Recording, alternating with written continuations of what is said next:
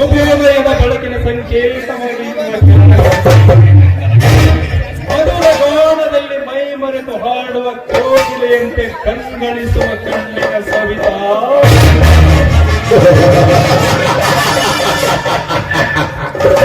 ನೀನು ಈ ಕಿರಾತಕನ ಕಣ್ಣಿನಿಂದ ತಪ್ಪಿಸಿಕೊಳ್ಳಲು ಸಾಧ್ಯವೇ ಇಲ್ಲ.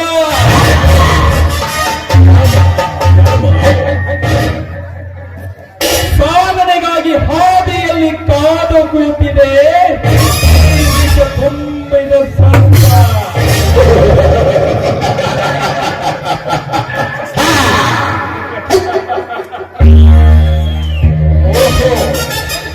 ನಾನು ಬಯಸಿದ ಹಕ್ಕಿ ಈ ಕಡೆಗೆ ಬರುತ್ತಿದೆಯಲ್ಲ, ಬರಲಿ ಬರಲಿ.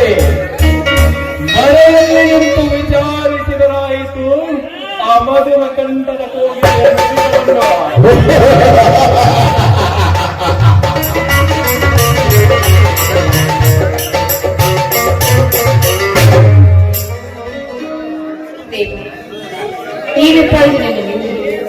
ನಮ್ಮಂತಹ ಬಡ ತಾಯಿಗಳನ್ನೆಲ್ಲ ನಂಬಿದ್ರೆ ಹಾಗೂ ನೀನೇನ್ ಮಾಡಿದೆ ನಮಗೆ ಹಗಲು ರಾತ್ರಿಯಿಂದ ಫಲ ಪುಷ್ಪಗಳಿಂದ ನೈವೇದ್ಯ ಮಾಡಿ ದಿನನಿತ್ಯ ನಿನ್ನ ಧ್ಯಾನವನ್ನ ಮಾಡಿದ್ರೆ ನಮ್ಮಂತಹ ಬಡವರಿಗೆ ಕೊಟ್ಟ ಬಹುಮಾನ ಏನು?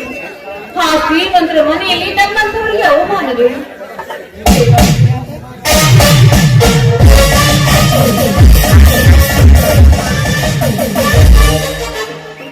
ಓಹೋ ಸವಿತಾ, ನೀನು ನಡೆಸುವ ಆ ನಿನ್ನ ದೇವರು ನಮ್ಮಂತ ಶ್ರೀಮಂತ ಧನರಾಜನ ಬಳಿ ಬಾಗಿಲಿನಲ್ಲಿ ಗುಲಾಮನಾಗಿ ಬಿದ್ದಿರುವಾಗ ನಿನಗೆ ಹೇಗೆ ರಕ್ಷಣೆ ಕೊಡಬೇಕು ಆ ಕಲ್ಲು ದೇವರು? ಕತ್ತೆಗೇನು ಗೊತ್ತು ಕಸ್ತೂರಿಯ ವಾಸನೆ. ಇನ್ನಂತಹ ಗುಲಾಮ ದೇವರಿಗೆ ಕೈ ಮುಗಿಯವಳಲ್ಲ ಈ ಸವಿತಾ.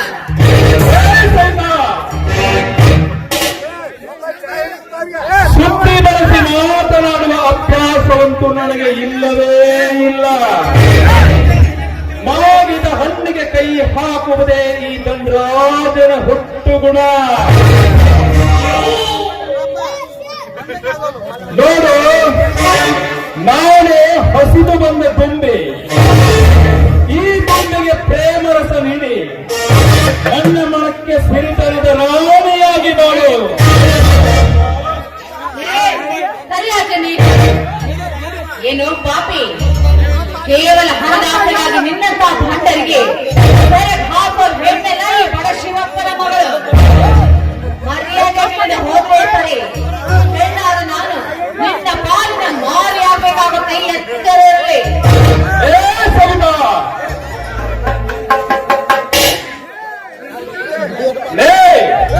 ಎಚ್ಚರ ಎನ್ನುವ ತುಚ್ಛ ಹೆಣ್ಣೆ,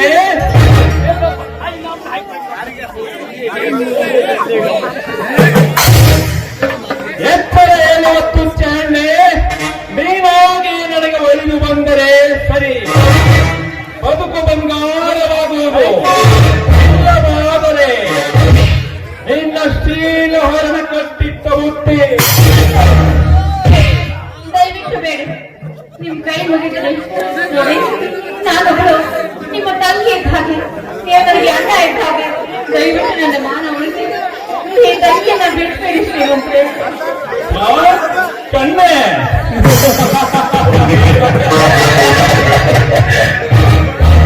ಸವಿತಾ, ಇಡೀ ಜಗತ್ತೇ ನಿಂತಿರುವುದು ಕಣ್ಣೆ ಎಂಬ ಈ ಭೂಮಿಯ ಮೇಲೆ.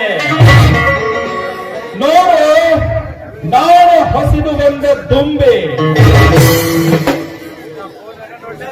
ಈ ನಿನ್ನ ಸುಂದರವಾದ ದೇಹವನ್ನು ನನಗೆ ಒಪ್ಪಿಸಿದರೆ ಸರಿ, ಇಲ್ಲವಾದರೆ ನಿನ್ನ ಪಾಲಿಗೆ ಯಮನಾಗಿ ಬರುತ್ತೇನೆ. ಅಯ್ಯೋ ದೇವ್ರೆ, ಇದೆಂಥ ಕಲಿಯುಗ. ತಂಗಿ ಅಂತ ಭಾವ ಬಿಟ್ಟು ಹೇಳಿದ್ರು ಸಹ ಒಂದು ಹೆಣ್ಣು ನಾ ತಂಗಿಯನ್ನ ದೃಷ್ಟಿಯಿಂದ ನೋಡ್ತೇನೆ, ಅದನ್ನ ಮರೆತು ಮತ್ತೆ ಕಾಮನ ದೃಷ್ಟಿಯಿಂದ ನೋಡು. ಇಂಥ ಪಾಪಿಗಳು ಈ ಭೂಮಿಯಲ್ಲಿ ಇನ್ನೂ ಇದ್ದಾರೆ. ಶಿವ ಶಿವ ಶಿವ ಶಿವ. ಪಾಪಿ, ಹೆಣ್ಣು ಅಂದ್ರೆ ಎಷ್ಟು ಕೇವಲವಾಗಿ ಮಾತಾಡ್ತೀಯಲ್ಲೋ. ಒಂದು ತಿನ್ನುವ ಹೊಟ್ಟೆ ಇಟ್ಕೊಂಡು ತನ್ನ ಧರ್ಮವನ್ನು ಹೊತ್ತು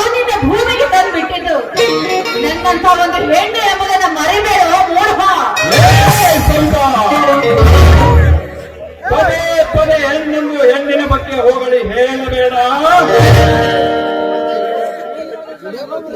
ಹೆಣ್ಣು ಪೂಜಿಸುವ ಸ್ಥಾನವನ್ನು ಅದೆಂದೋ ಕಳೆದುಕೊಂಡು ಹೋಗಿದೆ. ನೋಡು, ಅದು ನಿನ್ನ ಮೂಢನಂಬಿಕೆ. ಆ ನಿನ್ನ ಮೂಢನಂಬಿಕೆಯಿಂದ ಈ ಜಗತ್ತು ಕೆಟ್ಟು ಕಾಮದ ತೊಟ್ಟಿಲಲ್ಲಿ ತೂಗಾಡುತ್ತಿದೆ ಸವಿತಾ.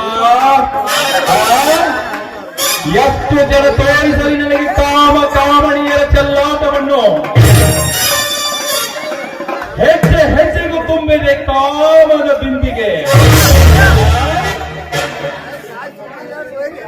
ಅಣ್ಣನ ಹೆಂಡತಿ ತಮ್ಮನ ಜೊತೆ, ತಮ್ಮನ ಹೆಂಡತಿ ಅಣ್ಣನ ಜೊತೆ. ಇದೊಂದು ಸಮಾಚಾರ ಅಷ್ಟೇ ಅಲ್ಲ. ಹೆತ್ತ ಮಕ್ಕಳ ಮೇಲೆ ಕಣ್ಣು ಹಾಕುವ ತಂದೆಗಳಷ್ಟಿಲ್ಲ ಈ ನಿನ್ನ ಹಾಳು ಸಮಾಜದಲ್ಲಿ.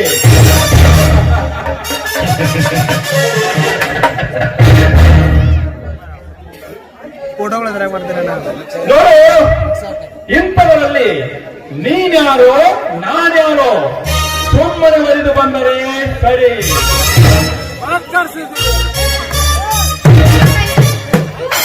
ಕರುಣೆ ಇಲ್ಲದ ಕೆಟ್ಟದ ಮನುಷ್ಯನ ನೀನು. ನಿನಗೆ ಅಷ್ಟೊಂದು ಕಾಮದಾಹ ಹೆಚ್ಚಾಗಿದ್ರೆ ನನ್ನ ಹಾಗೆ ನಿನ್ನ ಮನೆಗೆ ಅಕ್ಕ ತಂಗಿರಿಗೆ ಅಲ್ಲಿ ಹೋಗಿ ತೋರಿಸಿದ್ರೆ ಕಾಮದಾಹವನ್ನ. ನನ್ನ ಅಕ್ಕ ತಂಗಿಯರ ಬಗ್ಗೆ ಮಾತನಾಡಿದರೆ ಸಿಕ್ಕಂತೆ ಶೀಲಹರಣವಾದಿ.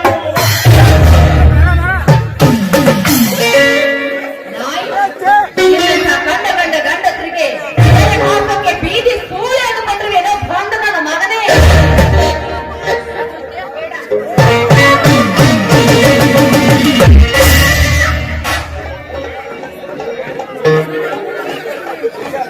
ಸವಿತಾ, ನೀನು ಕೊಟ್ಟೆ ಬಹುಮಾನ ಬಲವಾದ ಏಟು. ಈ ಏಟಿಗೆ ಹೊಟ್ಟೆ ಉರಿಯುತ್ತಿದೆ ನನ್ನ ಪ್ರೇಮಾಗ್ನಿ ಜ್ವಾಲೆಯಾಗಿ. ಈ ಜ್ವಾಲೆ ನೊಂದಬೇಕಾದರೆ ನಿನ್ನೆಲ್ಲ ಸಿಕ್ಕಂತ ಶೀಲ ಹರಣ ಮಾಡಿದಾಗಲೇ ನಿನ್ನ ಮನಸ್ಸಿಗೆ ಶಾಂತಿ.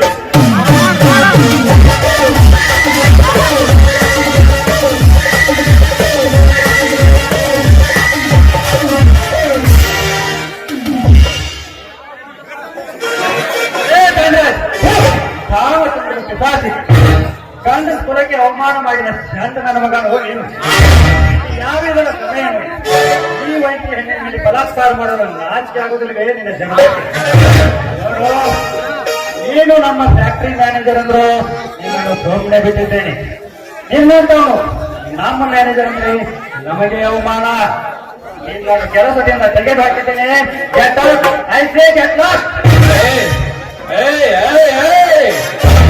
ಮಂಡ್ಯ ಗೌಡನ ಆಂಧ್ರ ರೆಡ್ಡಿನ ಮುಂಬೈ ಸಾಹೇಬನ ಇಲ್ಲ ಮಂಗಳೂರು ಪಟ್ನ. ಜಗದೀಶ್, ಇದು ನನ್ನ ಸ್ವಂತ ವಿಷಯ. ನನ್ನ ಸ್ವಂತ ವಿಷಯಕ್ಕೆ ತಲೆ ಹಾಕಬೇಡ. ಹೊರಟು ಹೋಗು. ನೀನು ನಮ್ಮ ಫ್ಯಾಕ್ಟರಿ ಮಾಲೀಕನ ಮಗ ಎನ್ನುವ ಒಂದೇ ಒಂದು ಕಾರಣಕ್ಕೆ ಬಿಟ್ಟಿದ್ದೇನೆ. ಹೊರಟು ಹೋಗು. ಇದು ನನ್ನ ಸ್ವಂತ ವಿಷಯ.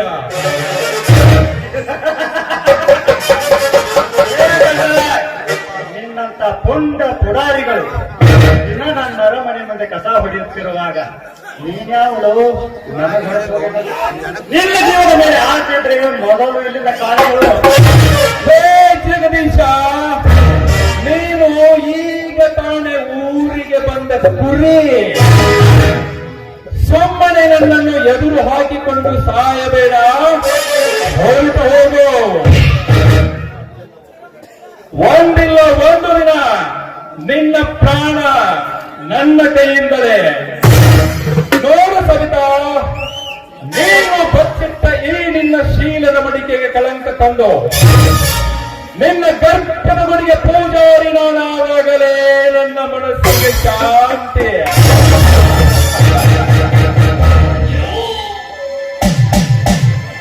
ಜಗದೀಶ್, ಅದು ನನ್ನ ಬೇಟೆ.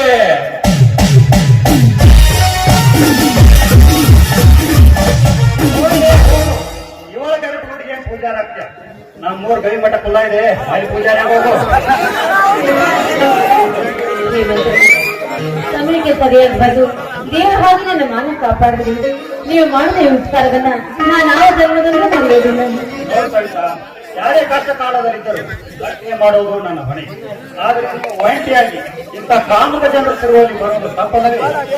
ಏನ್ ಮಾಡೋದು ಶ್ರೀಮಂತರು? ನಮ್ಮಂತಹ ಬಡವರಿಗೆ ನೀರು ಬೇಕಲ್ಲ, ಅದಕ್ಕಾಗಿ ನಾವು ಈ ದಾರಿಗೆ ಬರಲೇಬೇಕಾಗುತ್ತೆ. ಅದು ಹೇಗೆ ಮತ್ತೆ? ಇಂತಹ ಪಾಪಗಳು ಏನಾದ್ರೂ ಬಂದ್ರೆ ದೇವರ ಹಾಗೆ ಒಂದು ಕಾಪಾಡೋಕೆ ನಿಮ್ಮಂಥವ್ರು ಇದ್ದೇ ಇರ್ತೀರಲ್ಲ. ಅದು ಎಷ್ಟರ ಮಟ್ಟಿಗೆ ಸರಿ ಸವಿತಾ, ಹಣೆ ಮರಕ್ಕೆ ಹೊಣೆ ಯಾರಂತೆ ನಮ್ಮ ರಕ್ಷಣೆಯನ್ನು ನಾವೇ ಮಾಡಿಕೊಳ್ಳೋದು ಒಳ್ಳೆಯದಲ್ಲವೇ? ಏನ್ ಹೇಳ್ತಾ ಇದ್ದೀರಾ ನೀವು? ನೀವು ಹೇಳುವ ಮಾತಿನಿಂದ ಅರ್ಥ ಆಗ್ತಾ ಇಲ್ವಲ್ಲ. ಅರ್ಥವೇನಿದೆ ಸವಿತಾ? ದೇವರು ನನಗೆ ಸಾಕಷ್ಟು ಆಸ್ತಿ ಐಶ್ವರ್ಯ ಕೊಟ್ಟಿದ್ದಾನೆ, ಆದರೆ ನೆಮ್ಮದಿ ಅನ್ನೋದಿಲ್ಲ ನೋಡಿ. ಇಷ್ಟ ನನ್ನ ತಂದೆ ಕೈ ಕೈಗೆ ಕೆಲಸ ಮಾಡುವಂತ ರಾಕ್ಷಸರು. ಇದನ್ನೆಲ್ಲ ನೋಡಿದ್ರೆ ನನಗೆ ತುಂಬಾ ಬೇಸರವಾಗ್ತಾ ಇದೆ. ದಯವಿಟ್ಟು ನೀವು ಹಾಗೆಲ್ಲ ಅನ್ಬಾರ್ದು. ನಿಮಗೇನು ಆಕಾರಿಸ್ಕೊಂಡ್ರೆ ನಾನು ನಿಮ್ಮನ್ನು ಮಾತು ಕೇಳಬೇಕಂತ ಮಾಡಿದ್ದೆ, ಆದರೆ ಧೈರ್ಯನೇ ಬರ್ತಾ ಇಲ್ಲ. ನಾಳೆ ನಿಮ್ಮ ಮನೆಗೆ ಬಂದು ನಿಮ್ಮ ತಾಯಿ ಆನಂದದ ಜೊತೆ ನಾನೇ ಮಾತಾಡ್ತೇನೆ. ಅಯ್ಯೋ ಅದಕ್ಕೇನಂತೆ, ಯಾಕೆ ನನ್ನ ಕಾರಣ ಹೇಳ್ಬೋದಲ್ಲ, ಹೇಳಿ ಅದೇನು ಅಂತ.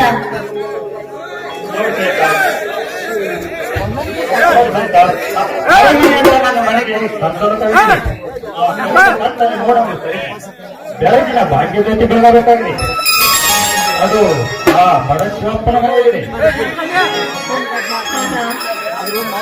ನೀವು ಹೇಳೋದು ಮೇಲೆ ನನ್ಗೆ ಅರ್ಥ ಆಗ್ತಾ ಇದೆ. ನೀವೇನು ಹೇಳಕ್ ಹೊರಟಿದ್ದೀರಾ ಅಂತ. ಯಾಕಂದ್ರೆ ನೀವು ಮನೆಗೆ ಬರ್ತೀರಲ್ಲ, ಅಲ್ಲಿ ನಮ್ಮ ಮಣ್ಣಿನ ಮಕ್ಕ ಇರ್ತಾರೆ. ಈ ವಿಷಯನ ಬಂದು ಅಲ್ಲೇ ಮಾತಾಡಿ. ಯಾಕಂದ್ರೆ ನನಗೆ ನಾಚಿಕೆ ಆಗುತ್ತೆ. ನಾನು ಬರ್ತೀನಿ.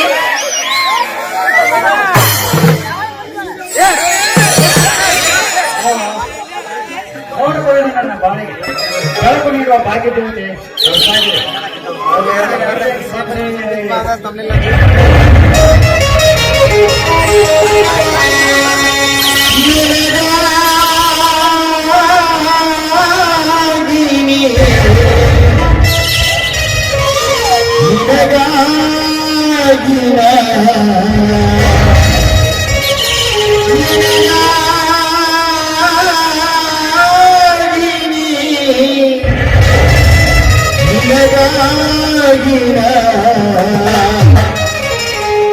ಬರಿದು ಬರಿರಬೇಕು ನನ್ನೊಳಗೆ ನೀ ಬಾರಿ ನನ್ನ ಚಂದ್ರೇ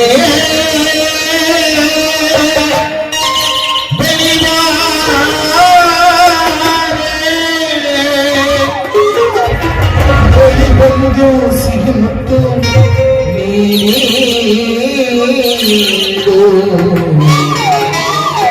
ಸಿಹಿ ಮುತ್ತಿನ